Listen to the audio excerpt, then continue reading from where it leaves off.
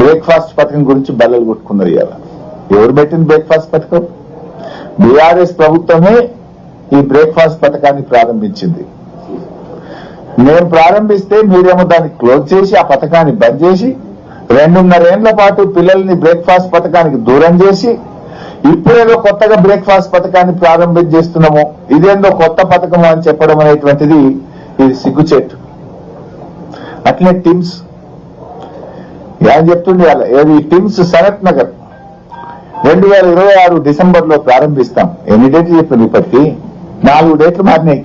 TIMS Sanath Nagar కు 2.5 ఏళ్లలో 4 డేట్లు పెట్టింది. ఇది 5వ డేట్ బడ్జెట్ లో. మళ్ళా మొన్న ఉగాదికి అన్నారు, జూన్ కి అన్నారు, ఇవాళ డిసెంబర్ చేసిండు.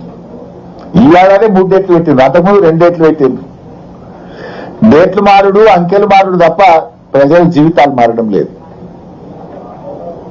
మొత్తంగా ఈ బడ్జెట్ దగాకోరు బడ్జెట్, పేదలను వంచిన బడ్జెట్, 6 గ్యారెంటీలను పాతరేసిన బడ్జెట్, మహిళలు, వృద్ధులు, రైతులు, ఉద్యోగ వర్గాలు, కార్మికులు అందరినీ నిరాశపరిచిన బడ్జెట్. Thank you.